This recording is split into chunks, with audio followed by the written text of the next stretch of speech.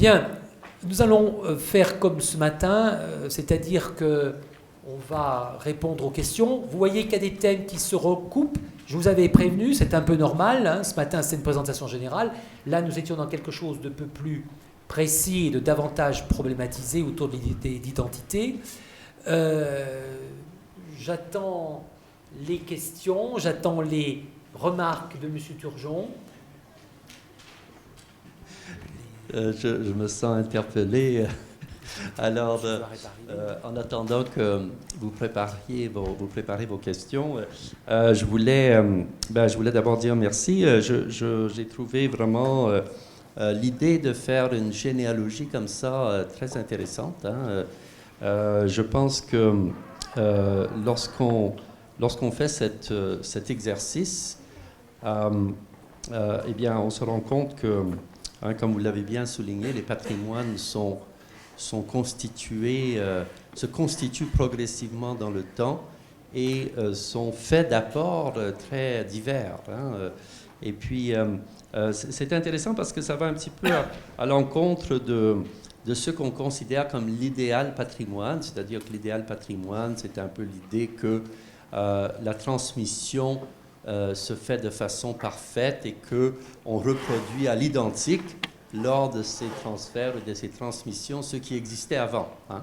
Mais comme vous l'avez bien démontré, hein, on voit que avec la transmission, il y a aussi souvent beaucoup de transformations et puis ensuite, non seulement des transformations, mais aussi des emprunts, hein, et puis des modifications qui sont faits parfois volontairement, parfois involontairement, inconsciemment, etc. Et donc, en faisant cet exercice, je dirais, qui est celui de l'historien, hein, de la généalogie, on se rend compte que les patrimoines sont en fait faits en grande partie d'emprunts et qu'ils se transforment au fur et à mesure, hein, qu'avance le temps. Alors, je voulais peut-être... Alors, ceci est vrai autant des objets que des sites. Hein, on voit que les sites se transforment aussi. Je voulais peut-être revenir à les deux exemples que vous avez donnés de Alexandrie et puis de l'Alhambra. Peut-être juste pour vous inciter à aller un petit peu plus loin dans votre analyse d'Alexandrie. Si j'ai bien compris, là, vous présentez Alexandrie comme l'exemple d'une ville européenne construite en dehors de l'Europe. Est-ce que c'est bien ça? Oui, je ne l'ai pas évoqué parce que je voulais gagner du temps pour parler. Effectivement, Alexandrie, c'est quand même le modèle de ce qu'on appelle la ville hippodamique, c'est-à-dire construite en damier, d'une certaine manière rationalisée. C'est tout le fruit de la pensée d'Hippodamos, de cet architecte d'origine grecque. Bon.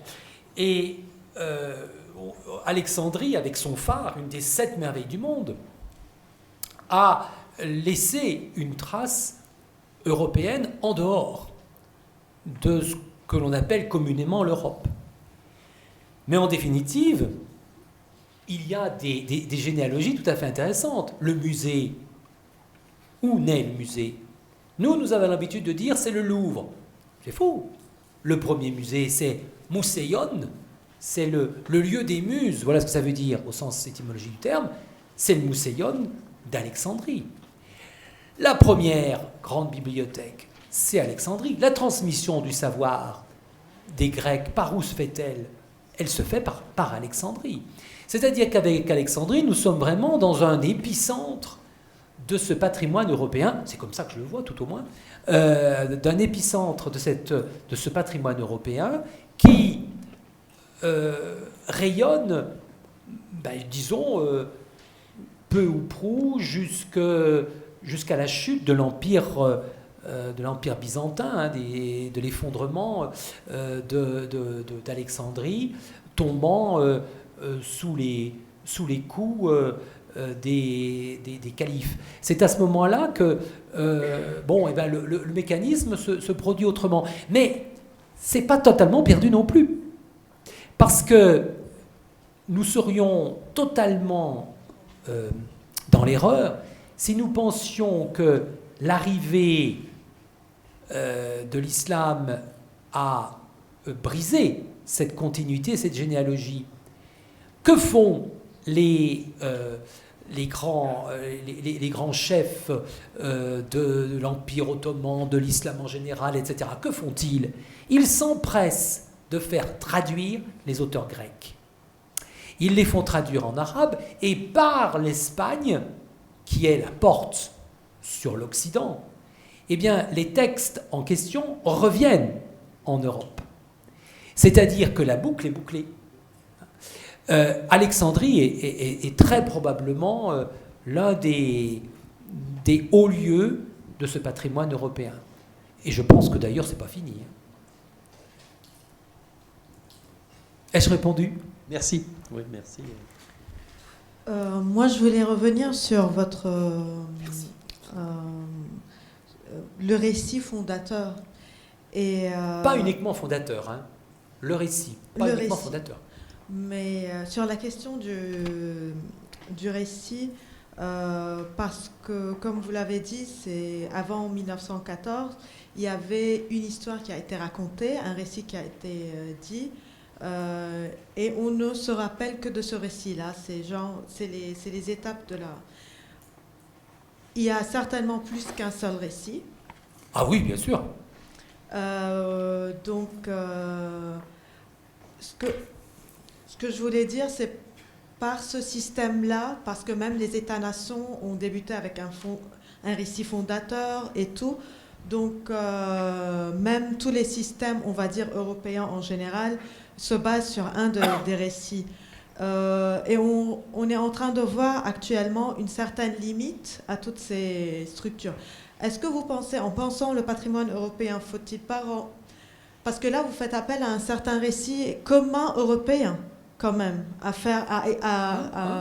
Donc là, on est dans des limites. Déjà dans un système avec des limites. Il ne faut pas voir les choses autrement. Alors, votre question est très, très pertinente. Je vous remercie de me l'avoir posée, comme disaient les hommes politiques. Pourquoi ? Parce que je crois que vous faites très bien le lien entre, d'un côté, ce que j'ai appelé le récit, et de l'autre, le patrimoine. Je ne les opposerai pas.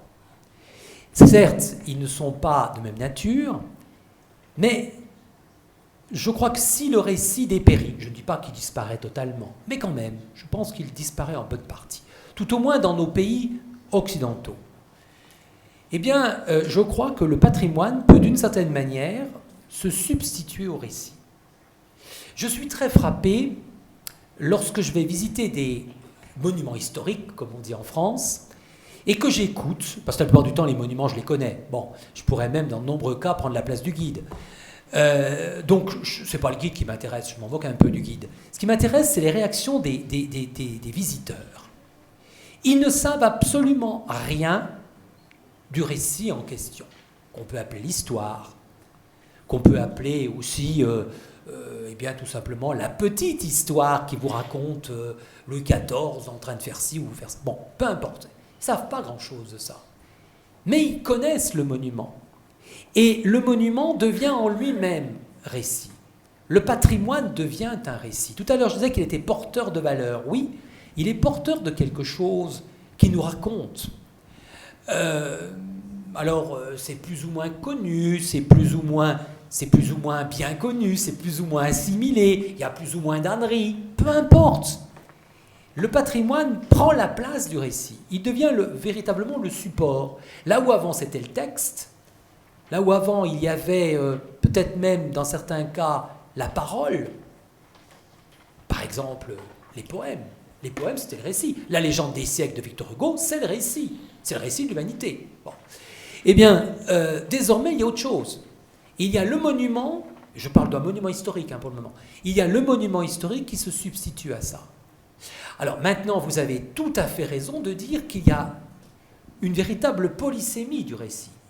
C'est-à-dire que entre le récit politique, le récit religieux, le récit très anecdotique, le récit de couche ou de classe sociale, il y a beaucoup de différences. Je vais reprendre un exemple local, dont on reparlera peut-être demain. Mais ça nous prépare, et puis certains d'entre vous m'ont peut-être dû entendre évoquer. les fameux terrils que nous avons à Saint-Étienne, ces fameux crassiers, comme disait Stéphanois, ils ne nous racontent pas une histoire pour les ingénieurs, ils ne racontent pas une histoire. Pour les ingénieurs, ce qui raconte une histoire, c'est la mine, pas le crassier. Le crassier, c'est la poubelle à ciel ouvert. Oui, mais pour les mineurs, pour les familles des mineurs, ils racontent une histoire. Ils racontent les souffrances de leur père, de leur grand-père, de leurs frères qui ont construit ce crassier en sortant les débris de la mine. Ils racontent même les familles qui amènent leurs enfants l'hiver quand ils toussent, qu'il y a des épidémies de coqueluche et autres, et qui viennent faire respirer le soufre à leurs enfants sur ces crassiers afin de les guérir. Ils racontent aussi, après la fermeture de la mine, les luttes syndicales, parce que les syndicats ont dressé des panneaux, ont déguisé ces crassiers avec des grands rubans où il y a des grandes banderoles, où il y a leurs revendications, etc., etc.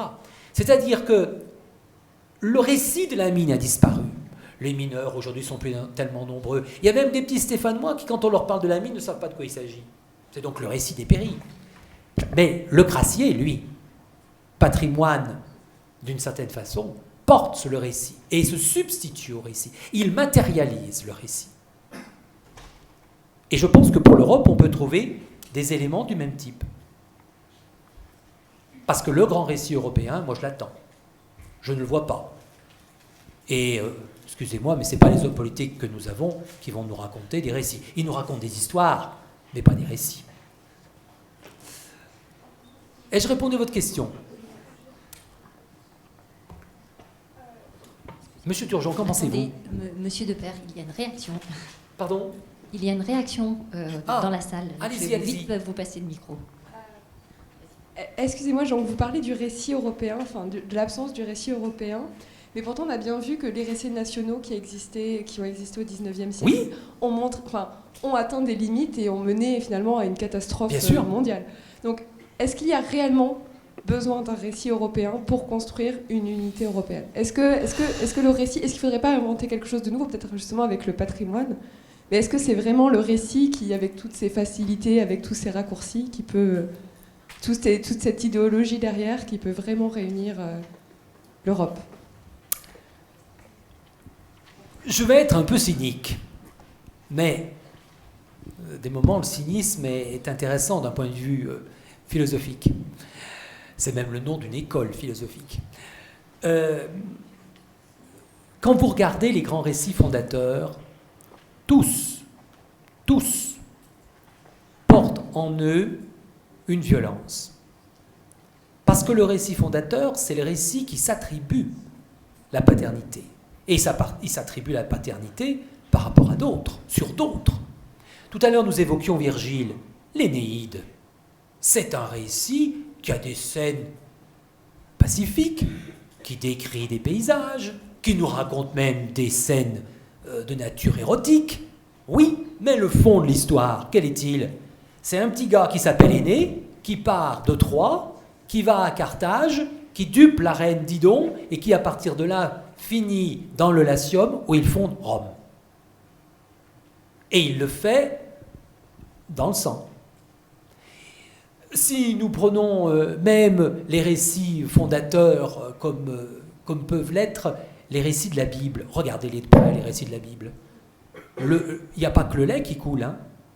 Il y a aussi du sang. Donc ces récits, pour moi, sont majoritairement, peut-être pas tous, il faut toujours avoir le sens de la nuance quand on est historien, mais majoritairement, moi je les trouve très très très violents et très... en définitive, ce sont des mythes qui, et Dumézil l'a très bien démontré, nous ramènent aux grandes fonctions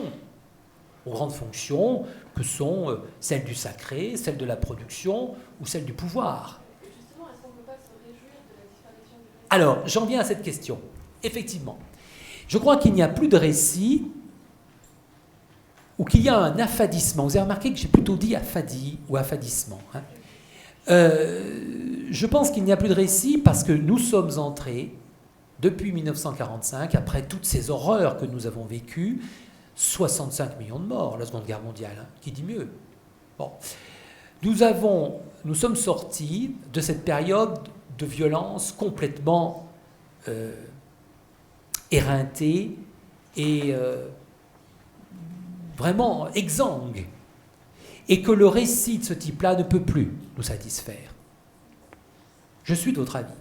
Si l'Europe aujourd'hui n'a plus de récit, c'est aussi à cause de ça. Alors certes, Benjamin, qui a été victime du récit, Benjamin nous dit c'est parce que nous n'avons plus l'expérience. Eh bien, je dirais que nous avons peut-être eu trop d'expérience, et d'expériences de nature cruelle. Et nous essayons d'en inventer peut-être d'autres. Alors, l'Union européenne a été peut-être un peu un récit.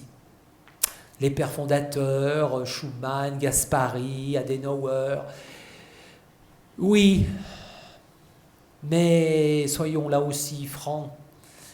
Est-ce que vous croyez que ça motive beaucoup les foules? Moi, je l'ai enseigné, ça, quand j'étais prof de lycée. C'était hyper ennuyeux à expliquer. Alors que quand vous racontiez la guerre, ça, c'était vachement rigolo. Et tous mes petits étaient subjugués en disant, alors, et la suite, et la suite. Bon. Nous sommes peut-être ici dans une phase de civilisation intéressante.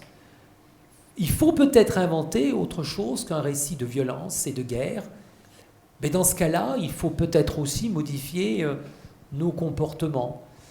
Peut-être, mais je n'ose pas trop en parler parce que je pense que Jacqueline Baillon va un peu aborder ces questions-là. Donc ça m'ennuie d'aller sur ce champ. Mais je le disais à midi, un peu en plaisantant, le sport, c'est la poursuite de la guerre par d'autres moyens.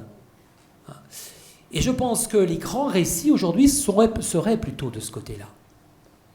Les grands récits qui nous décrivent l'homme contre l'adversité, ou l'équipe contre l'ennemi, ou l'adversaire. Bref, il y a quelque chose qui va un peu plus tôt dans ce sens. Ce n'est pas un hasard s'il y a aujourd'hui des gestes au sens épique, hein, des gestes épiques sportifs, alors que le reste n'a plus beaucoup d'intérêt. Sauf des récits sur vidéo, des récits en virtuel, des récits, des jeux de ce type. Oui. Et qui reprennent d'ailleurs les grands mythes fondateurs, quand vous les regardez, et qui reprennent des éléments du patrimoine, la plupart du temps. À vous entendre, en fait, on dirait que le récit est obligé de se faire contre quelqu'un. Est-ce que justement, est-ce qu'on ne pourrait pas, si on veut parler d'union... Oui, voilà, c'est ça, si on veut parler d'une union européenne réelle, il faudrait faire un récit qui soit incluant et pas excluant. Oui, mais je suis d'accord avec vous. Mais c'est pas que je le veuille, mademoiselle. Hein. Mais encore une fois, regardez les grands récits. Que ce soit l'Iliade et l'Odyssée, que ce soit l'Énide, que ce soit la Bhagavad Gita en Inde, qui n'est donc pas strictement européenne, que ce soit les grands textes du nord de l'Europe, les Eddas, etc. Ce sont toujours des textes de ce type-là. Parce qu'ils sont destinés à raconter l'histoire d'une fondation. Regardez Tite-Live. Ab urbe condita, depuis que la ville a été fondée. Et par quoi ça commence? Ça commence par deux frères jumeaux qui s'engueulent et qui se tuent. Comme dans la Bible, Abel et Caïn. Le mythe fondateur part toujours de quelque chose comme ça, qui d'ailleurs nous ramène au problème de l'identité. Hein. Je vous le fais remarquer. Voilà, mais je suis de votre avis, il faudrait un discours, il faudrait un récit avec. Oui. Eh bien écoutez, mademoiselle, nous allons nous associer, nous allons écrire un récit avec. C'est d'ailleurs peut-être pour ça, d'une certaine manière, que les récits de Walt Disney ont eu un tel succès. Parce qu'au fond, il reprend les grands récits européens. Alors, je ne veux pas dire qu'ils ne soient pas méchants et cruels. Ils sont même, à mon avis, sadiques, dans de nombreux cas. Mais il les présente d'une autre façon. L'évident d'ailleurs totalement de leur contenu. Parce que si vous prenez les grands textes de Charles Perrault, qui sont le fruit de toute une série de récits, ils ont des sens bien plus lourds et bien plus instructifs que ceux qui nous sont racontés par ces espèces de films édulcorés et sucrés. Hein. Monsieur Durgeon, qu'en pensez-vous? Monsieur Decker? Oui, je pense que justement Disney, mais je crois que Disney, si je ne me trompe pas, si ma mémoire est bonne, avait des origines germaniques. Hein. Je pense que c'était un immigrant d'origine germanique. Et puis, donc, il a transporté avec lui toute cette mythologie allemande, du folklore. Oui, de Grimm et compagnie. Oui, c'est ça, oui, du folklore du 19e siècle. Et ces films s'inspirent beaucoup, hein, comme vous l'avez dit, de ce folklore allemand du 19e siècle et même européen. Européen hein, dans un sens large. Oui, oui, oui.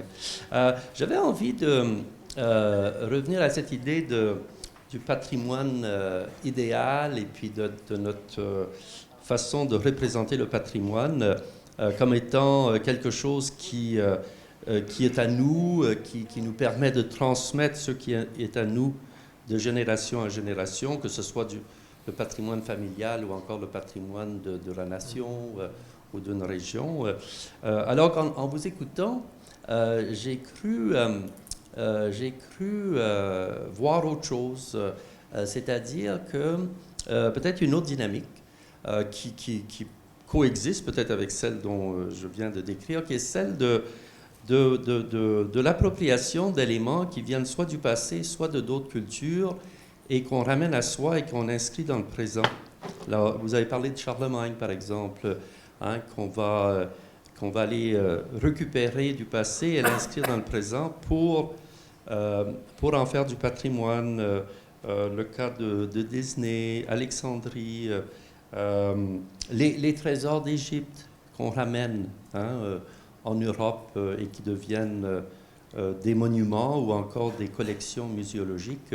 On aurait pu ajouter, je pense, j'ai quelques Brésiliens ici qui représentent l'Amérique du Sud et moi l'Amérique du Nord. Il y a aussi tous ces objets de collection qui proviennent des Amérindiens des deux Amériques et qui aussi vont faire l'objet de collections et ensuite de collections privées et puis ensuite de musées. Ou les masques africains. Voilà, oui, voilà, on pourrait ajouter, il y a toute une liste. Donc, je ne sais pas, est-ce que le patrimoine n'a pas aussi à voir avec l'appropriation et de l'idée de ramener à soi des choses qui viennent d'ailleurs? Je pense même qu'il faut aller plus loin qu'appropriation.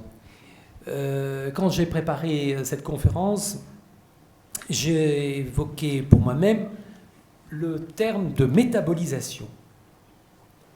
C'est-à-dire qu'il y a un métabolisme. On prend, pas toujours d'ailleurs de manière pacifique, on prend et on se nourrit, on le transforme au point qu'à la limite, on ne reconnaît plus du tout ce que l'on a absorbé. Si les Chinois voyaient ce que les Occidentaux ont fait de leur patrimoine au XVIIIe siècle avec les chinoiseries et les pagodes, ils trouveraient que c'est absolument surréaliste. C'est d'ailleurs peut-être ce que les Américains ont fait avec Walt Disney, hein, d'une certaine façon. Et oui, vous avez remarqué que quand j'ai parlé j'ai jamais voulu parler de pur, de patrimoine pur, de civilisation pure. Je n'aime pas ça. Je pense que chaque fois qu'il y a de la pureté, il y a quelque chose de dangereux. Et qu'au contraire, c'est toujours du métissage. Et que nous avons nos États, mais nos groupes en général, pas forcément de nature d'ailleurs politique, ont toujours eu, quel que soit le lieu d'une certaine manière, à mon avis, pour objet de trouver des objets qui, à un moment donné, représentaient la communauté qui se constituait au fur et à mesure. Je vais vous dire même plus le fond de ma pensée. Je crois qu'aujourd'hui, l'un des grands défis européens, ce n'est pas uniquement de construire un patrimoine européen pour les Européens. Je dirais qu'à la limite, ce ne sera pas un intérêt très grand. Mais devant les grands phénomènes migratoires, dont nous ne connaissons que le début, je crois qu'il est nécessaire de voir comment, avec ces nouveaux groupes qui arrivent, il est possible de construire un nouveau patrimoine qui serait le résultat de la métabolisation de tous les apports. Sinon, nous sommes condamnés à des phénomènes violents et graves. Voilà comment je vois l'enjeu d'un patrimoine européen aujourd'hui. Essayer, avec ces populations nouvelles qui ont leur patrimoine, leur propre langue, leur passé, tout ce qu'on veut, leur récit, pour reprendre le terme de tout à l'heure, essayer de voir comment on aurait la possibilité ici de créer quelque chose de nouveau et qui intégrerait par le patrimoine ces nouveaux venus. Parce que nous avons toujours intégré les nouveaux venus. Lorsque Virgile nous décrit l'Énéide, c'est très très intéressant de regarder dans le passé ce qui s'est produit. Lorsqu'il nous décrit l'Énéide, qu'est-ce que ça nous raconte? Ça nous raconte comment un immigré d'abord et un immigré ensuite, qui s'appelle Énée, avec la 100 et quelques personnes qui va avec, est allé s'installer à la suite d'une guerre, d'un flux migratoire, est allé s'installer dans le Latium.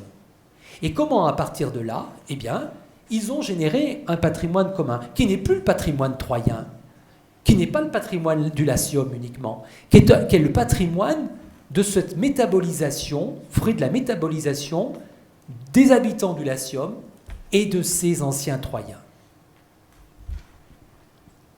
Monsieur Depère ? Oui. Alors moi, il y aurait 3 points sur lesquels j'aurais voulu revenir. Attendez, vous êtes-vous à droite ou à gauche? À votre gauche. À gauche, oui. Ouais. Le premier, il a été abordé plusieurs fois déjà ce matin et il me semble que j'ai entendu quelqu'un avant repartir dessus. Oui. Quand on parlait du récit et comment dire, qu'il y a à nouveau été question du facteur incluant, excluant Oui. de ce processus qui pouvait se mettre en marche dans l'identité. Alors, sur ce point-là, j'aurais voulu savoir si on n'était pas, si on ne s'enfermait pas dans une certaine conception de l'identité, dans un schème de la substance. Enfin, c'est plutôt au niveau de l'histoire de la philosophie, du coup, là, que je me situe, mais l'identité, elle peut être envisagée en termes de substance ou en termes de relation. Et j'ai l'impression que c'est quand on reste dans le schème de la substance qu'on se retrouve constamment bloqué de nouveau dans ce problème de voilà, l'autre, c'est forcément l'opposé. Enfin voilà, on retrouve cette inclusion ou cette exclusion nécessairement dans le récit. Et or, dans le cas d'une identité européenne, enfin, de mon point de vue, elle ne peut exister qu'en considérant en fait la formation d'une identité en termes de relation. Forcément, enfin, ou sinon l'autre. Enfin, comment dire, si on cherche une unité dans la diversité, on peut que admettre, on peut que fonctionner avec ce schème de la relation. Après, voilà, j'attends votre réaction. Le second point, c'était simplement pour revenir sur le récit et son rôle à la fois son rôle dans la formation de l'identité et le lien qu'il avait avec le patrimoine. J'aimerais simplement savoir si on considère que toute identité est un récit, se base sur un récit, au sens où elle peut être... Enfin, c'est ce que Ricoeur ou Foucault essayait déjà de montrer. Toute identité est fondamentalement narrative. Tout à fait. Donc je ne suis pas simplement dans les récits de fondation, etc. C'est vraiment la nature même, la narration. Sans récit, du coup, on n'a pas d'identité. Et la rupture dont vous parliez au XXe siècle et l'abandon, ou en tout cas l'affadissement du récit que vous pensiez, enfin, comment dire, que selon vous, on peut éventuellement voir comme, enfin, de façon optimiste ou en tout cas positive, je me demandais du coup voilà, si c'était pas quand même un peu paradoxal, puisque... Voilà, sans récit, pas d'identité, et pour moi, en tout cas, sans identité, pas de patrimoine, sauf à considérer qu'il peut se réduire à une coquille vide. Enfin, et vous aviez pris cette image d'ailleurs plus tôt. Et ensuite, désolé, c'est un peu long, troisième Alors, point. je vais peut-être Allez-y, répondre à allez-y. ça de Je vous en manière... prie, ouais. Parce qu'après, je vais oublier. Pas de souci. Je vais commencer par la fin, parce que votre question, je crois, ouvre beaucoup de portes intéressantes. Oui, vous avez remarqué que j'ai parlé de généalogie.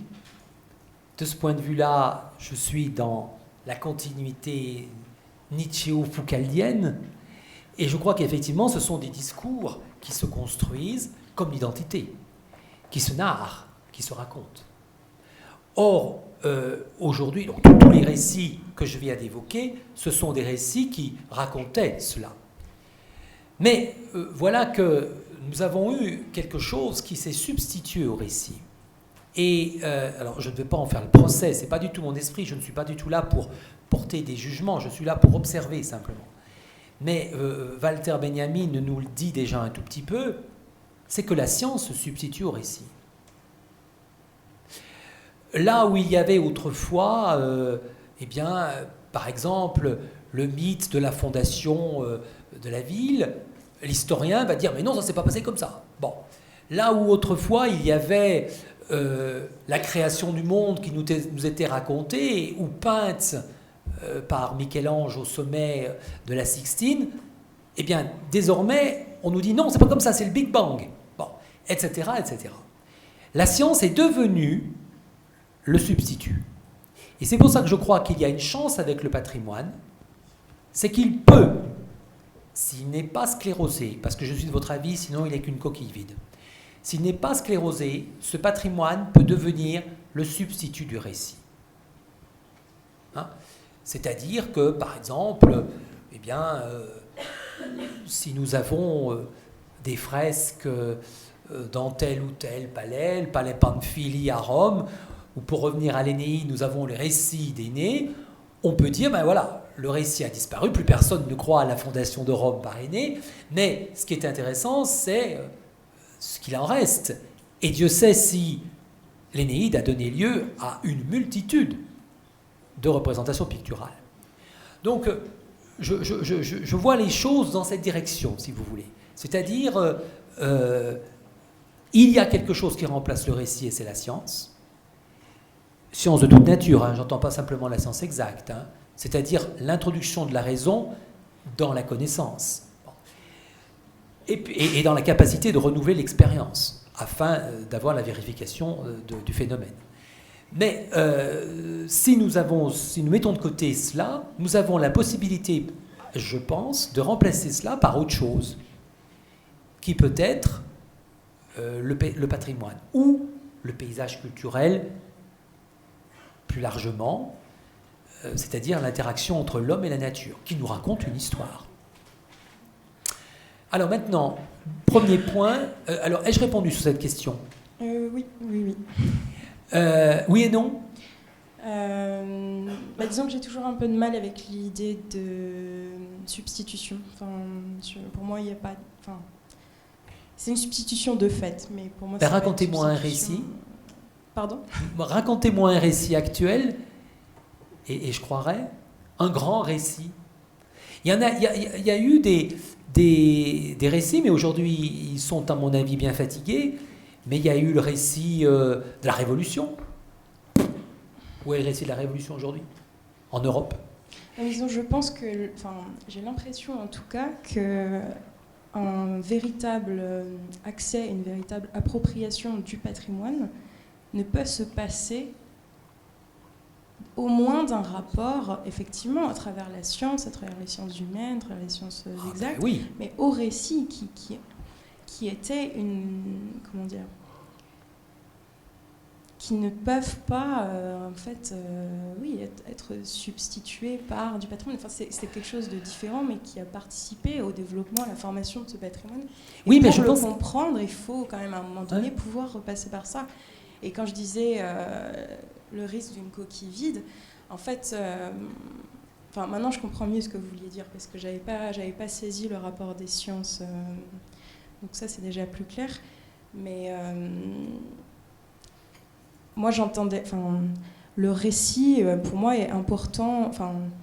je pense pas qu'on puisse s'en passer, en fait, mais pas en tant qu'on y croit ou pas en tant qu'il reste fondateur, voilà. Simplement en tant que, justement, vecteur de tout un espace de représentation collective, de référence, dans lesquels nage, en fait, notre patrimoine. Alors, si vous C'était voulez, dans ce je sens-là. pense qu'il y a des micro-récits. Nous avons tous notre récit personnel. Nous sommes tous capables de reconstruire notre histoire. J'ai bien dit reconstruire, parce que nous ne faisons jamais que reconstruire. Mais il y a aussi des récits qui nous sont vendus. Par exemple, les films. Ce sont des récits qui nous sont vendus, qui nous sont imposés, et qui sont destinés d'une certaine manière à se substituer, même si le verbe ne vous plaît pas, d'une certaine manière au grand récit. Mais des récits nés spontanément d'un groupe et qui finit par, d'une certaine manière, être le cœur de son action, sur lequel repose sa motivation et son action. Moi, personnellement, aujourd'hui, je n'en vois plus. Je cherche, je vous disais, le récit de la Révolution, c'est le grand récit porté par les marxistes ou les socialistes utopistes, comme disait Marx. Il a commencé avec la Révolution française, s'est poursuivi avec 1948, et puis il s'est achevé avec la Révolution bolchevique, et puis ça a continué un peu au XXe siècle, et puis après, plus rien. Mais non, mais là-dessus, je suis entièrement d'accord avec vous. Enfin, j'en vois pas. C'était le dernier grand récit, mademoiselle. Mais c'est ça le problème. Mais en voyez-vous d'autres? Non, en tout cas, pas des modernes. Mais justement, il est là, la rupture dont vous parlez, du coup, pour moi, explique l'absence d'une identité européenne. Parce que, oui, parce c'est ce que qu'elle je est vous dis, censée d'ailleurs. être... Oui, voilà, donc du coup, Oui. on s'est compris. Du coup. Oui, il ne peut pas y avoir... à mon avis, il n'y aura pas de... J'aime pas l'expression d'identité européenne. Enfin, disons qu'il n'y aura pas de conscience européenne avec une certaine identité, mais je l'entends au sens, ça m'amènera à la deuxième question, au sens où l'entend Kristeva, c'est-à-dire de cette inquiétude questionnante, c'est-à-dire d'une relation à l'autre et au problème et au monde. C'est comme ça que je l'entends. Il ne pourra pas y avoir de ce type de phénomène tant qu'il n'y aura pas de récit européen. Mais je pense que ce n'est pas de mal à veille. Si vous voulez, les États-Unis ont leur récit fondateur et leur grand récit. Alors ils l'ont bien tripatouillé, mais les Pilgrim Fathers, etc. Bien. Et ils y croient encore. Bon, mais nous... Et est-ce qu'on ne pourrait pas créer un autre récit à partir du patrimoine naturel? Est-ce que le défi de protéger l'environnement, ça ne pourrait pas être la nouvelle histoire qu'on va créer? Pourquoi pas? Oui. D'une certaine manière, on peut envisager une espèce de récit. C'est pour ça que les paysages culturels, à mon avis, me semblent intéressants, plus intéressants que le patrimoine. Mais bon, le libellé, c'était le patrimoine. Mais je crois que le paysage culturel, interaction entre l'homme et le milieu, c'est un moyen de raconter une histoire. C'est un moyen de raconter l'histoire de l'action que l'homme a pu avoir sur le milieu, de la réaction que le milieu a pu avoir sur l'homme, et par là même de la construction en commun, dirais-je, d'un espace qui n'est pas pétrifié, puisqu'il continue en permanence d'évoluer.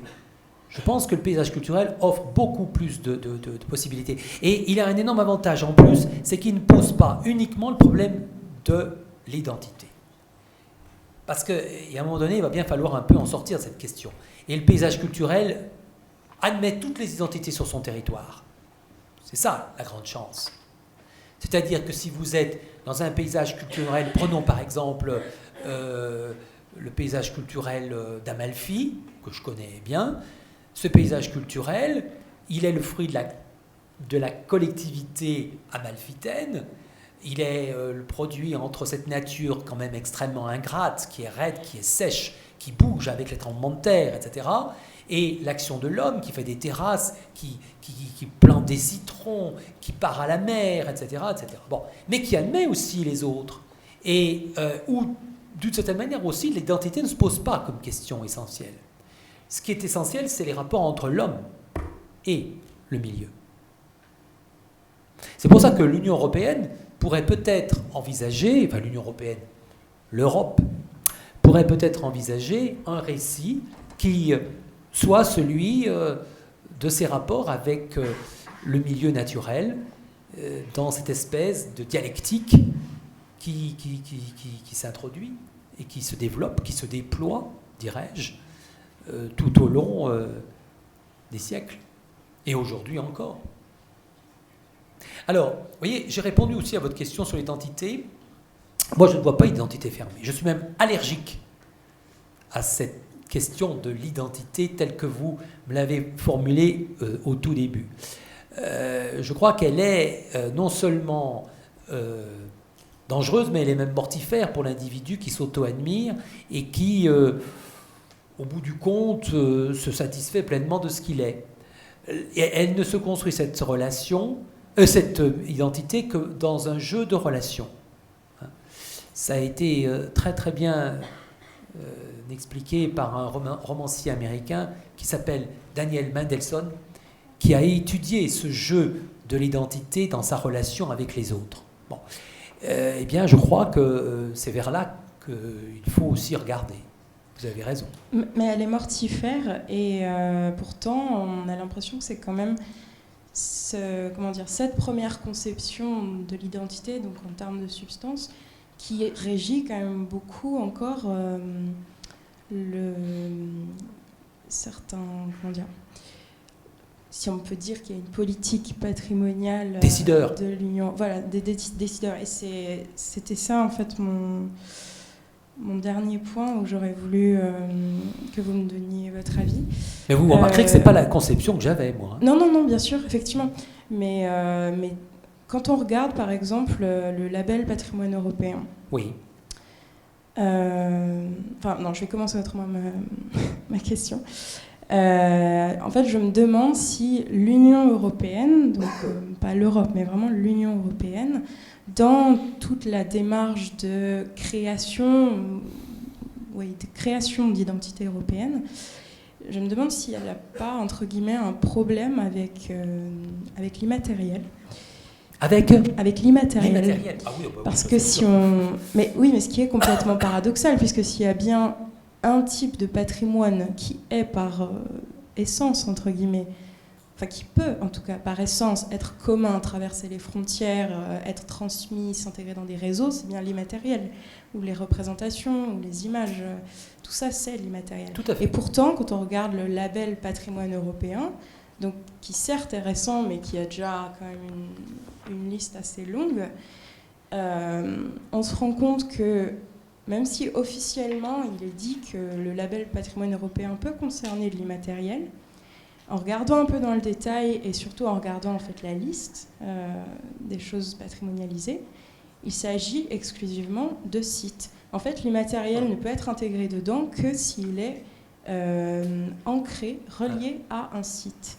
C'est quand même incroyable en fait. Et surtout, ça m'a d'autant plus marqué que quand vous avez pris l'exemple des billets d'euros, là pour le coup, on avait l'impression que ils avaient eu conscience de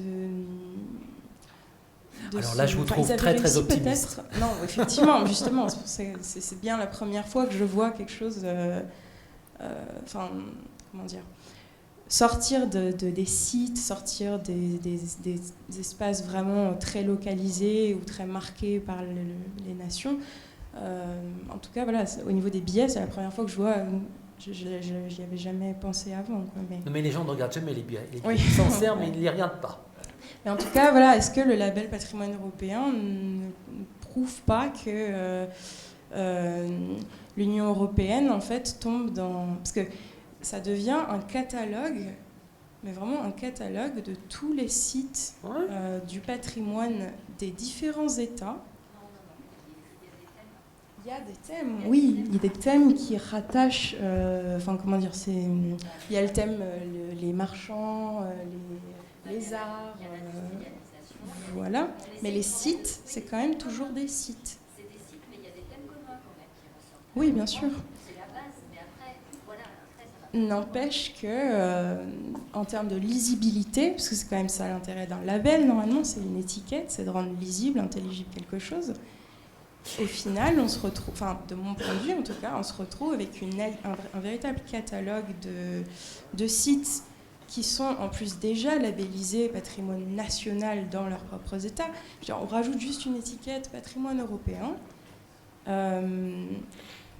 Mais ça reste, voilà, l'abbaye de Cluny, ça reste, voilà, différents sites nationaux. Donc, voilà, je sais pas. Alors, je suis... Pardon ? Je pense que ces sites peuvent aussi avoir leur... Oui, et c'est comme ça qu'ils règlent le problème de l'immatériel. Ils le relient à un site. Mais... Attendez, vous pouvez prendre le micro parce qu'on n'entend pas ce que vous dites. Ah. En fait, c'est juste sur les sites, je pense pas qu'on puisse faire la différence.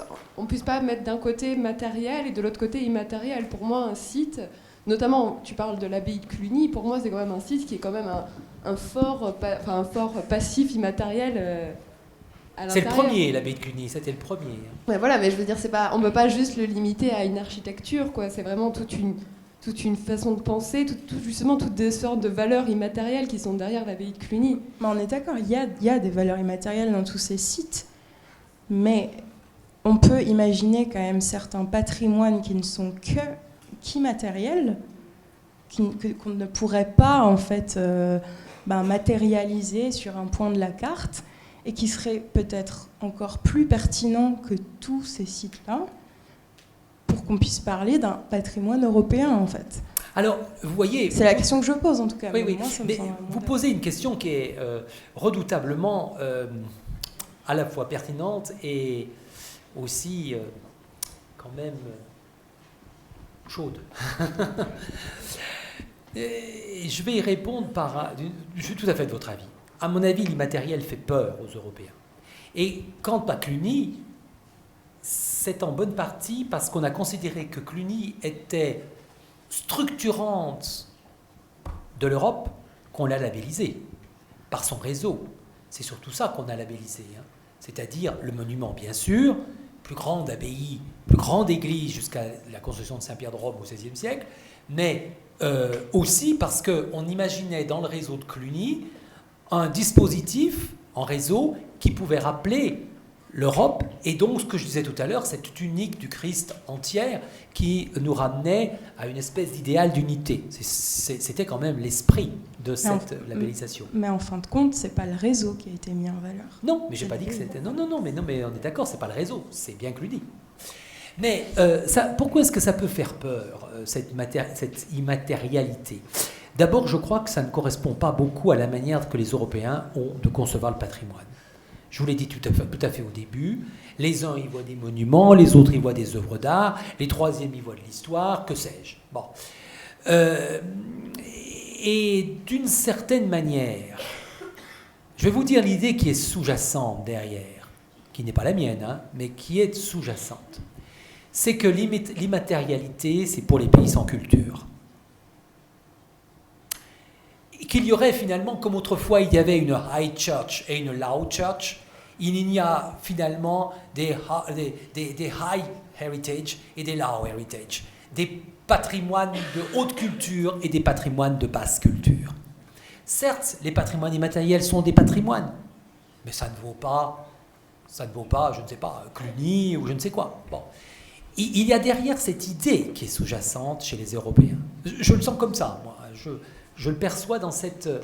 Et ils ont tort parce que ils oublient qu'une des plus importantes civilisations au monde, la civilisation indienne, a reposé sur toute une série d'immatérialités, à commencer par la mémoire, puisque les grands récits sont écrits, comme le Mahabharata ou la Bhagavad Gita, sont écrits très tardivement. Donc nous avons ici, je pense, une espèce de précaution et de méfiance à l'égard de cela. Il y a une deuxième raison, je crois aussi. Je vous l'ai dit, et je crois que mademoiselle l'a un petit peu signalé tout à l'heure. Le patrimoine immatériel, c'est comme la mémoire, il y a de l'idiosyncrasie. C'est-à-dire quelque chose qui fait que l'objet que vous présentez, que vous étudiez, est fondamentalement le vôtre, propre à vous. et donc n'est pas destiné à faire du commun. Les sites en question, peu ou prou, on arrivera à s'y reconnaître. Cluny, c'est vrai, c'est Cluny, mais combien Cluny a-t-elle eu de filles? Des centaines. Et à partir de là, l'idée de réseau constitue cette idée d'une espèce de préhistoire de l'Europe. Bon. Alors qu'en revanche, lorsque vous abordez des savoir-faire, que sais-je, eh bien vous êtes dans le micro, le petit, hein, le micro-groupe, le micro-savoir, la micro-région, etc., etc., et non pas dans le commun et le collectif. Et le label européen, par définition, se veut être quelque chose qui, justement, donne, enfin, crée du commun. En fait, il ne le crée pas, d'ailleurs. Il le reconnaît. Encore une fois, je ne crois pas qu'on puisse rattacher l'immatériel à des choses... bien sûr, ça peut, mais c'est pas toujours des choses très ancrées localement, en fait. Enfin, vous avez parlé de... Je sais pas, je pense que vous faisiez sûrement référence à des savoir-faire voilà, d'une certaine région, mais l'immatériel, ça peut aussi être un ensemble de représentations, de motifs, d'images... je sais pas, par exemple, si on prend les arts martiaux historiques européens, c'est tout ce qui regroupe les arts martiaux en combat, en contre un, qui se sont développés en Europe, soit donc de l'Antiquité jusqu'au XIXe siècle. Il peut y avoir la lutte romaine, il peut y avoir la rapière, l'escrime, voilà, tout. Il y a eu un véritable réseau de maîtres d'armes à travers l'Europe. On a là à la fois des techniques qui peuvent rentrer dans l'ordre d'un art immatériel, mais on a aussi des images, la figure, je sais pas, les figures comme le duelliste, d'Artagnan, je veux dire, c'est des figures fondatrices justement du regard, par exemple, étranger sur l'Europe. Vous l'avez montré avant avec l'image du château, le Moyen-Âge. Tout ça, c'est des images immatérielles qui, pour moi, ont une force commune bien plus forte. Je veux dire, elles s'étendent jusqu'en Europe du Nord ou en Europe du Sud. Enfin, et il y a un réseau, il y a eu des spécificités, voilà, les écoles italiennes, espagnoles, françaises. Oui, mais je pense que c'est pas du sérieux. C'est pas du sérieux. Pour moi, c'est surtout que ça ne constitue pas des leviers économiques, donc forcément, ça rentre pas dans le cadre d'un label. Ça se peut. C'est pas des sites, donc il n'y a pas de mise en valeur d'un territoire. Mais sur le plan d'une identité, sur le plan peut-être pas d'un récit commun, mais en tout cas d'un champ de référence commune, si elles étaient mises en valeur, pour moi, ça aurait déjà plus d'effet en fait sur l'émergence d'un fond commun ou d'un sentiment d'appartenance à un même champ de référence à travers l'Europe. Vous parlez de ces savoir-faire, entre guillemets, des arts martiaux européens. Les historiens se sont très, très tardivement intéressés à cela. La première thèse portant sur le duel, qui est quand même le savoir-faire, entre guillemets, de l'aristocratie, des aristocraties européennes, la première thèse en France sur le duel remonte aux années 1980. C'est Billancourt. C'est-à-dire que on s'est intéressé à tout un tas d'autres problèmes, pas au duel. C'est quand même tout à fait curieux, alors que c'était l'attribut même de l'aristocratie. Seule l'aristocratie se battait en duel. Et donc, ça ne me surprend pas bien. Je pense que c'est vécu comme étant secondaire par rapport soit aux grands événements historiques, soit à ce que j'appellerais les grands patrimoines, soit au patrimoine artistique, musical, que sais-je. Il y a une sorte de dénivellation. Mais je suis absolument de votre avis. Je pense aussi qu'il n'y a pas de profit économique pouvant être généré par cette labellisation-là. Excusez-moi, moi je voudrais répondre à ça parce que je suis pas Pardon, du tout vous vouliez ? Pardon ? Je voudrais répondre parce qu'en fait je suis pas du tout d'accord. Je pense qu'on peut. Je pense qu'on peut tout à fait faire de l'argent avec l'immatériel. Je ne pense pas que ça soit le souci. Je ne pense pas que ça soit le problème. Mais moi, ce que j'aimerais juste insister, c'est que pour moi, je trouve que cette séparation entre d'un côté le matériel et de l'autre l'immatériel, je trouve que c'est quelque chose de complètement artificiel. Et je pense qu'il faudrait essayer de sortir un petit peu de cette conception, étant donné que dans chaque objet matériel, il y a de l'immatériel, et que dans chaque objet immatériel, il y a du matériel. Donc, je pense qu'il faut arrêter de sortir de cette conception. C'est comme l'âme et le corps. C'est comme l'esprit et le corps. Oui, mais voilà, je pense qu'il faut arrêter, je pense qu'il faut sortir de cette conception qui vraiment limite notre pensée, notre façon de penser. Je pense pas qu'on puisse voir Cluny que comme un site matériel et qu'on puisse voir les arts martiaux que comme quelque chose d'immatériel. Non, mais c'est ce qui ressort dans les visites touristiques. Oui, oui, mademoiselle le prend en fonction de ce qu'elle a. Oui. C'est Quand- vécu comme un site. Qu'en pense Monsieur Turgeon?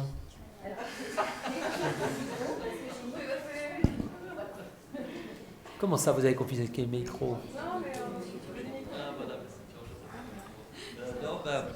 Écoutez, c'est agréable de pouvoir donner son avis sur tout. Hein, Ah ben dites donc, vous êtes là pour ça. Non, enfin, je trouve le débat est très intéressant et très réel. Je veux dire, j'ai eu l'occasion de participer à plusieurs colloques sur le patrimoine matériel et immatériel, et puis les mêmes interrogations qu'on a entendues tout à l'heure reviennent sans cesse.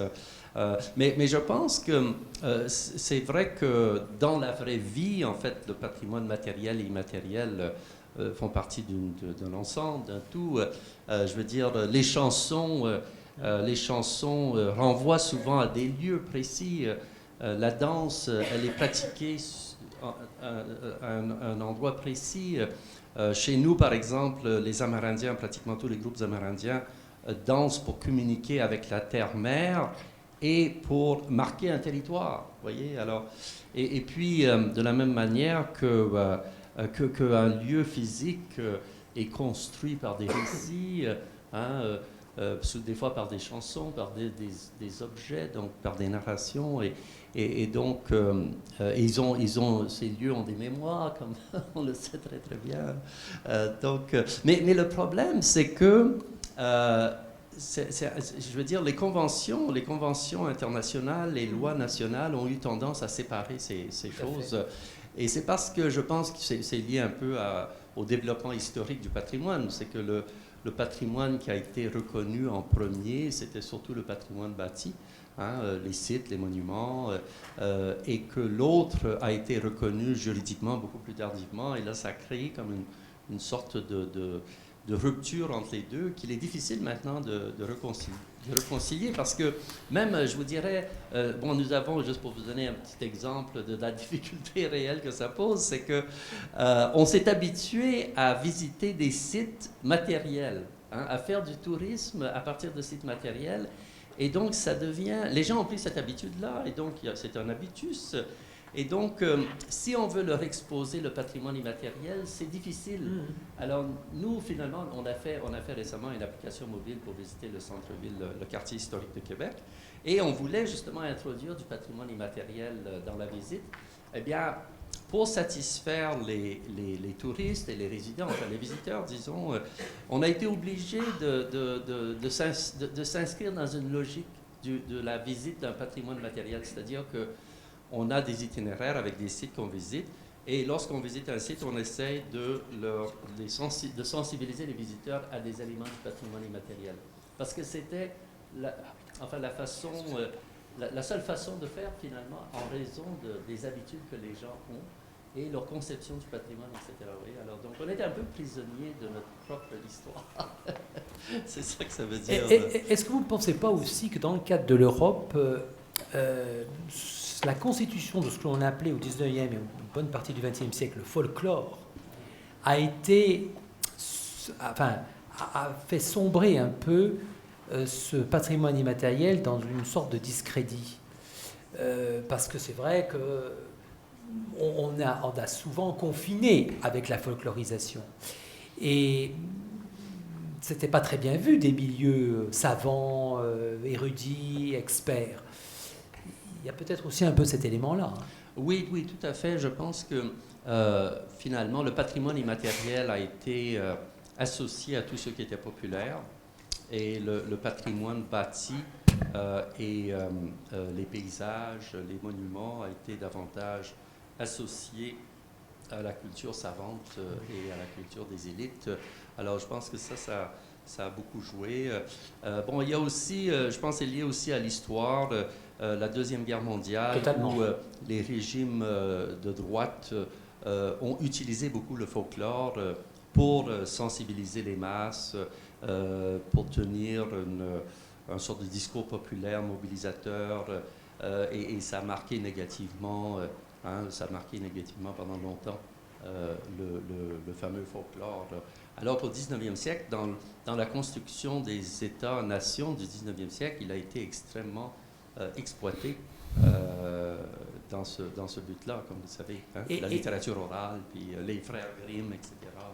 Et la plupart du temps, les spécialistes, jusqu'à la Seconde Guerre mondiale, qui travaillaient sur ces sujets, pas tous, mais beaucoup, avaient des conceptions politiques que je qualifierais de réactionnaires pour le moins, considérant qu'il y avait une espèce de passé un petit peu mythique et que ces patrimoines étaient en train de disparaître et qu'il fallait les sauver, et que la République et les régimes fondés sur la science, la raison, etc., les tuaient. Il y avait aussi quelque chose de ce type. Oui, oui, tout à fait. Mais il ne faut pas oublier non plus que dans la construction des États-nations, pour construire ces identités nationales, eh bien, on a voulu recourir aux cultures locales parce que bon, les élites étaient internationales. Donc, il fallait des éléments du cru, en quelque sorte, donc des bons récits populaires, des chansons, de la danse, qui pouvaient nous distinguer du pays voisin ou de la région voisine. Donc, ça a été une façon de nourrir et d'alimenter le nationalisme. Mais c'est la raison pour laquelle aussi le folklore a été marqué très négativement en Europe, alors qu'en Amérique du Nord, bon, nous n'avons pas connu la même histoire, le même vécu que vous en ce qui concerne les deux guerres mondiales, surtout la deuxième. Et je pense que c'est la raison pour laquelle bon, les gens continuent à utiliser le mot folklore en anglais. Les Américains, ils ont une grande société, la Société américaine de folklore, qui comprend plus de 2500 membres. Et bon, c'est pas péjoratif du tout. Alors que ça l'est ici. Oui, voilà. Quand on dit c'est du folklore, oui, oui, alors... ça ne vaut pas grand-chose. Hein. Voilà, exactement. Alors, monsieur, voilà, Oui. j'avais deux questions.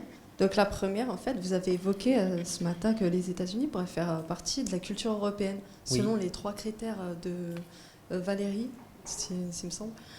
Donc, il y avait le christianisme, il y avait Rome, la culture alors je grecque. vous tranquillise, les Romains ne sont pas allés aux États-Unis. Hein. Non, mais je sais bien.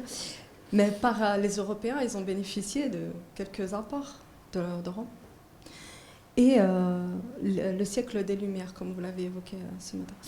Et je me demandais justement qu'après 1945, quand les Alliés ont gagné la guerre, que les États-Unis ont aidé, donc la France a gagné la guerre, 3/4 des productions cinématographiques ont été imposées par les Américains. D'accord, Bloomberg, oui. Dans les États, donc en France, dans les cinémas français. Donc je me posais la question de savoir si, aujourd'hui, en 2016, par exemple, est-ce qu'on peut se poser la question de savoir si l'Europe, comme elle forme 2 blocs, pour moi, la guerre froide n'est pas tout à fait terminée. On a bien l'Europe occidentale avec une culture et l'Europe orientale avec une influence russe. Est-ce qu'on peut se poser la question de savoir si l'Europe, justement, elle peut exploser, puisque l'Europe occidentale est proche des États-Unis, et donc est-ce que cette Europe occidentale peut devenir américanisée, alors que l'Europe orientale, non, elle rejette plutôt ça. Donc est-ce qu'il y a un risque pour l'Europe, justement, culturellement parlant et dans la transmission du patrimoine, puisque dans le futur, on pourrait supposer que... Vous êtes à droite ou à gauche? Je suis à droite, là. À droite, oui, il me semblait que ça venait de droite. Mais Oui, on en a un petit peu parlé de ce matin quand même, de cette question. Vous étiez là ce matin ? Oui. Oui. À la fin, à la toute fin de la séance, on a évoqué cette question. Oui, vous faites allusion ici à un thème qui a été beaucoup étudié. C'est les fameux accords Bloom-Burns de 1947 qui ont très largement ouvert, pas totalement ouvert, contrairement à d'autres pays d'Europe d'ailleurs, mais très largement ouvert la France à la production cinématographique américaine. Mais d'abord, je vous fais remarquer que la plupart des cinéastes américains de l'époque étaient des Européens. Ils avaient fui l'Allemagne nazie, et donc, d'une certaine manière, les producteurs pouvaient être américains, mais il y avait une assez grande proximité entre ces cinéastes, voire ces acteurs, entre guillemets américains, et puis les Européens. Et puis je crois qu'en plus, les politiques n'ont pas vraiment compris ce qu'étaient les enjeux à ce moment-là. Enfin bon, c'est un autre problème. Alors, tout à l'heure, vous me dites, vous avez dit que l'Amérique était en fait un prolongement de l'Europe. Bah oui, il n'y a rien de tellement nouveau là-dedans. Je vous ferai quand même remarquer une chose. C'est que si l'Amérique, je dirais l'Amérique du Nord, pour y intégrer, comme disait notre ami Turgeon tout à l'heure, aussi le Canada, pour ne pas le frustrer,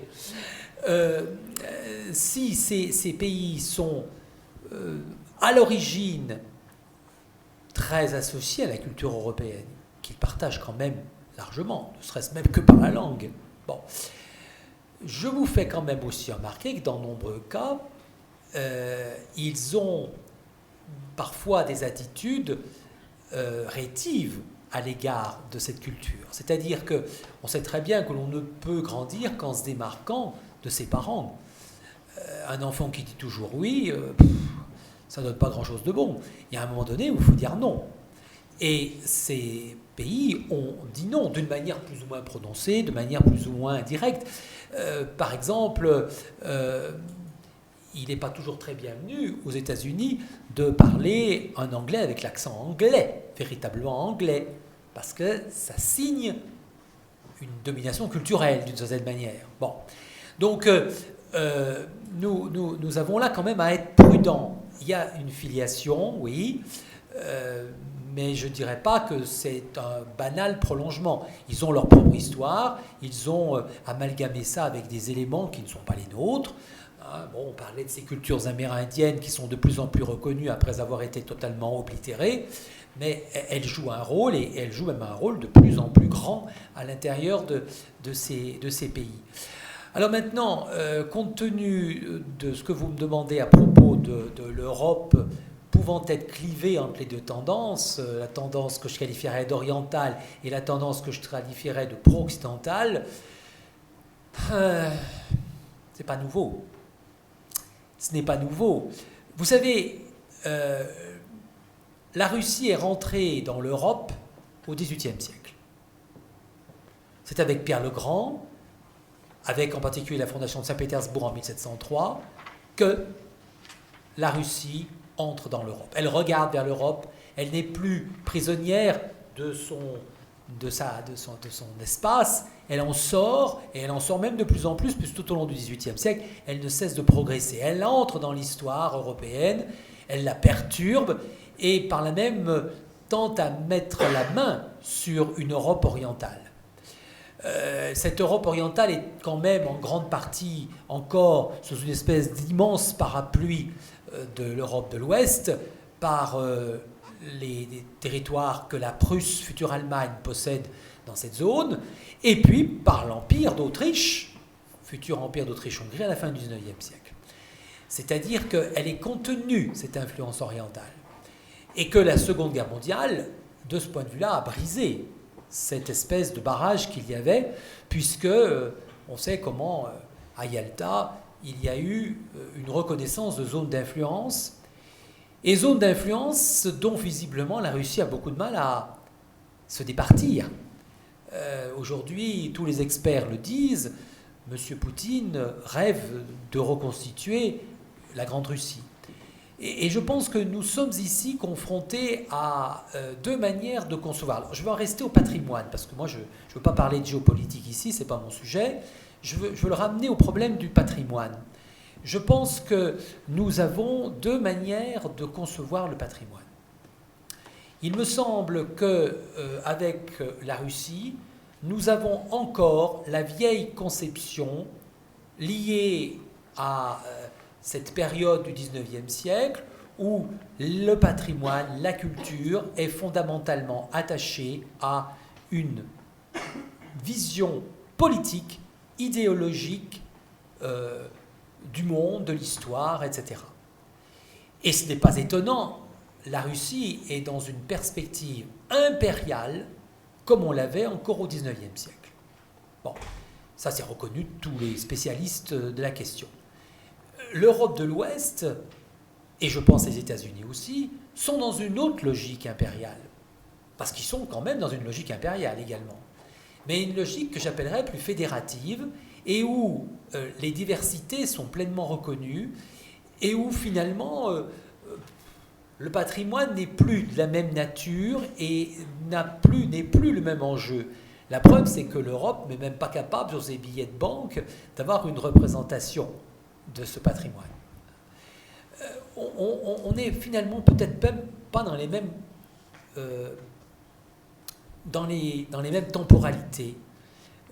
On a l'impression que cette Russie, avec la révolution bolchevique, dont on va fêter l'anniversaire, le 100e anniversaire l'année prochaine, la révolution bolchevique a arrêté l'histoire de l'empire tsariste en 1917. Et qu'après 1990, eh bien, on reprend cette histoire. C'est très curieux. L'Union soviétique a été impérialiste, mais pas avec le même patrimoine, ou pas tout à fait le même patrimoine. Lorsque Poutine reconnaît le drapeau russe des tsars, c'est une filiation on ne peut plus explicite. Lorsqu'il est même question à un moment donné de changer l'hymne russe, ça suscite des polémiques, mais on dit, on mettrait fin à une période. Finalement, on n'abandonne pas l'hymne russe, parce que Poutine a très vite compris qu'il y avait aussi ici une filiation. Du côté occidental, eh bien, je crois qu'on est devant quelque chose de beaucoup plus archipélisé, si j'ose dire. Nous avons d'un côté cette masse continentale, et de l'autre, nous avons des ensembles, comme on disait ce matin, très éclatés, très dispersés, disparates, dont les pluralités patrimoniales sont le drapeau de ces communautés. On l'a dit très amplement. Donc, la difficulté à faire émerger un patrimoine européen a pour conséquence que l'Europe a du mal à, je ne sais pas comment dire, faire respecter peut-être son précaré dans la partie orientale de l'Europe. Je vous l'ai dit, la ligne de fracture, elle passe à travers l'Ukraine. On en a ici une belle perspective, on a un bel exemple de ce que je viens de dire. Là, il y a une fracture. Et qui nous ramène, très curieusement, au XVIIIe siècle. Donc, monsieur, ça voudrait dire que dans le futur... Ouh là là, je ne vois pas le futur. Je vois déjà pas bien ce que j'ai sous la main, alors aller voir le futur... Moi, c'était dans le futur la question, monsieur, en fait. C'était dans le futur, dans un futur proche. Est-ce que les États-Unis pourraient influencer fortement l'Europe? Et est-ce que ça serait une menace du patrimoine européen, justement? Ah, ça c'est une autre question. C'était ça, en fait, ma question, mais je l'ai oui. posée alors. Ça, c'était un autre problème. Y a-t-il encore véritablement... Mais nous sommes ici dans des dialectiques. Je pense qu'à un moment donné, l'Europe a imposé une culture aux États-Unis, par les 13 colonies, par la Nouvelle-France, par la Louisiane sous domination française. Bon, c'était l'histoire, c'était la colonisation. Et puis ensuite, nous avons un retour qui nous amène l'influence culturelle de ce nouveau monde dans le vieux monde. Oh, il n'y a rien de véritablement scandaleux à ça. Finalement,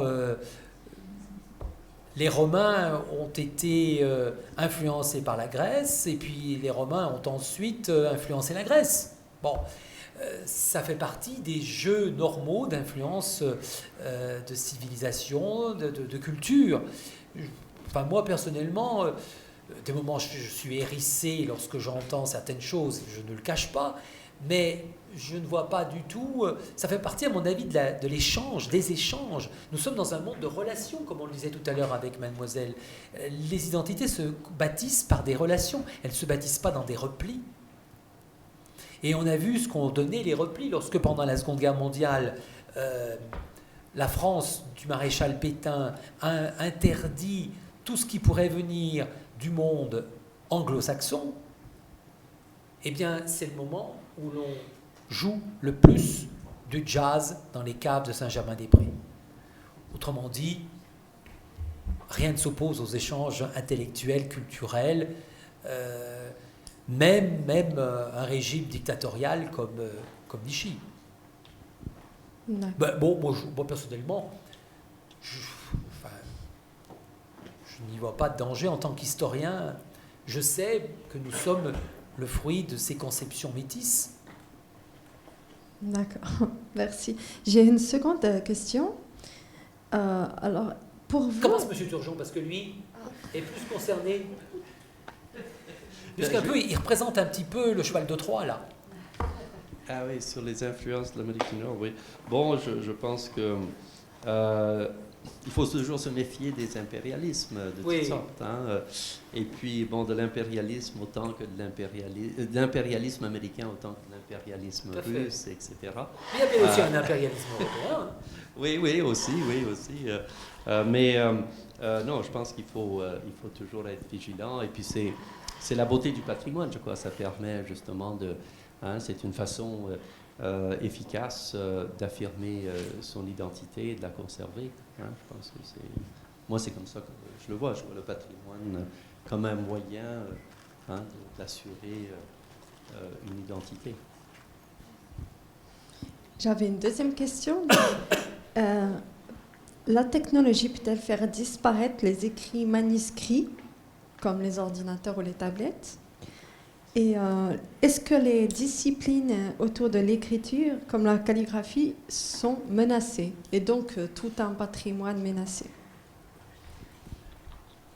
Alors on sort un peu du patrimoine européen, mais parce que ça, tout le monde est affecté par cela. Vous connaissez le philosophe Michel Serres? J'en ai entendu parler vaguement. Michel Serres nous a expliqué, il y a déjà bien des années, que au début de l'histoire, il fallait apprendre par cœur. On a appris par cœur l'Iliade et l'Odyssée, on a appris par cœur le Mahabharata, des milliers de vers.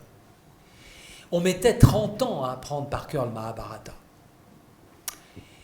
Et que finalement, lorsqu'on a voulu le mettre par écrit, ça a été un grand progrès. Parce que du même coup, on a libéré dans la mémoire de la place pour faire autre chose. Et que les rhapsodes, les aèdes, désormais pouvaient lire leurs textes et finalement fixaient le texte. Et par là, lui donnaient une existence. Et puis, on pouvait faire autre chose. Et Michel Serres poursuit que, eh bien, aujourd'hui, lorsque nous passons à un autre support, nous démultiplions également ce savoir et nous n'en restons plus à cette conception très, très fermée que nous avions des textes écrits depuis très longtemps. Hein, ça n'a pas beaucoup changé entre les volumenes des latins, ces documents qu'on déroulait, et puis les parchemins jusqu'aux livres inventés par Gutenberg, jusqu'à nos jours, ça n'a pas beaucoup changé. Et nous avons là maintenant des possibilités nouvelles qui sont offertes et qui permettent justement, dans le cadre de ce que je disais tout à l'heure sur le musée imaginaire, de développer ce musée imaginaire.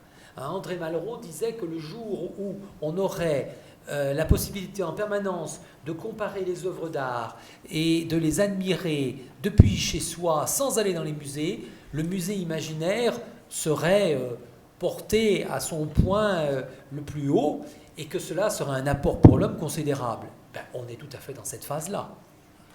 Alors maintenant que cela fasse disparaître des savoirs, oui, les rhapsodes et les aèdes ont disparu en bonne partie. Hein. Alors vous allez me dire, il y a bien encore des gens qui racontent, des narrateurs, oui, c'est vrai, mais la plupart du temps, ils prennent un livre, ou alors c'est quelques grands acteurs qui apprennent des textes par cœur et qui nous les racontent. Mais les savoirs peuvent à ce moment-là prendre une autre dimension. Et d'autres choses peuvent apparaître. Et on peut conserver ces savoir-faire, on peut conserver la calligraphie, on peut conserver je ne sais quoi. Mais vous savez, aujourd'hui, on ne fait plus d'épigraphie. Depuis qu'on a trouvé la solution de mettre des panneaux d'affichage, on n'inscrit plus sur la pierre, comme on le faisait jusqu'au XIXe siècle, des textes, c'est fini. Il n'y a plus véritablement d'épigraphe. Si, sur les tombes sur les pierres mortuaires, bon, sur les pierres tombales, bon, c'est tout. C'est encore un savoir-faire. Je ne vois pas pourquoi le savoir-faire de la calligraphie, voire de la mnémotechnie, ne survivrait pas à côté de cela. Ce sont des patrimoines qui seront dans quelques petits milieux. Mais après tout, moi je voudrais que ça ne me choque pas. D'accord. Merci d'avoir répondu à mes questions. Monsieur Turgeon. Oui, ben, je pense que finalement, ces pratiques qui sont en perte de vitesse deviennent peut-être un vrai patrimoine, parce que là, ouais, ce sont des pratiques menacées et qu'on souhaite conserver pour la beauté de conserver quelque chose, pour éviter que ça disparaisse en quelque sorte. Alors que pendant que c'était une pratique quotidienne, bon, c'était vraiment une pratique et donc c'était pas vraiment un patrimoine. Mais là, je pense que ça devient, hein, ça peut devenir véritablement un patrimoine. Sinon, comme vous l'avez souligné, je pense qu'il est difficile de contrer ces mouvements parce que les tablettes, les ordinateurs nous donnent tellement plus de possibilités qu'on ne peut résister à la tentation de les utiliser et d'abandonner l'écriture. Moi, je suis très triste aussi de ne plus écrire. Je trouvais que c'était un petit peu, comme je ne suis pas artiste, c'était ma seule expression artistique, je dirais, que d'écrire. Mais bon, je cède, disons, devant toutes les potentialités que ça représente, notamment en conservation de l'information. Là, maintenant, quand je me déplace, je n'ai pas besoin de transporter une valise de livres avec moi. J'ai tous les articles et livres en PDF dans mon ordinateur. Vous voyez, alors c'est... Bien, alors chers amis, d'abord je dois excuser l'absence cet après-midi de Monsieur Zohar qui vient de l'université de Tel Aviv. Il est arrivé au début d'après-midi et il était bien fatigué, donc on comprend. Surtout qu'il est déjà bien âgé. C'est pour ça qu'il n'était pas parmi nous cet après-midi. Mais je pense qu'il n'y aura pas de problème demain. Nous allons peut-être clore, parce qu'il n'est pas de si bonne compagnie qui ne se quitte. Je tiens à remercier M. Turgeon de son aide, parce qu'il a beaucoup apporté à ces dialogues que nous avons eus. Je tiens aussi à remercier mon assistante Anne-Sophie qui a été très diligente pour m'aider, même si parfois j'ai raccourci le texte, et puis pour avoir fait le porte-parole, le porte-micro plutôt. Et puis je tiens à vous remercier de votre présence et de votre assistance et de votre participation, parce que j'ai trouvé que les débats, je ne sais pas ce qu'en pense M. Turgeon, mais j'ai trouvé que les débats avaient été de qualité. Nous ne sommes pas tombés dans des lieux communs et nous avons essayé d'approfondir des questions comme l'identité, comme le patrimoine commun, comme la transmission, comme les patrimoines matériels et immatériels. Je crois que c'était tout à fait bénéfique pour tout le monde. Et personnellement, je vous remercie de vos remarques. Elles m'ont beaucoup apporté. Bonne soirée, Anna.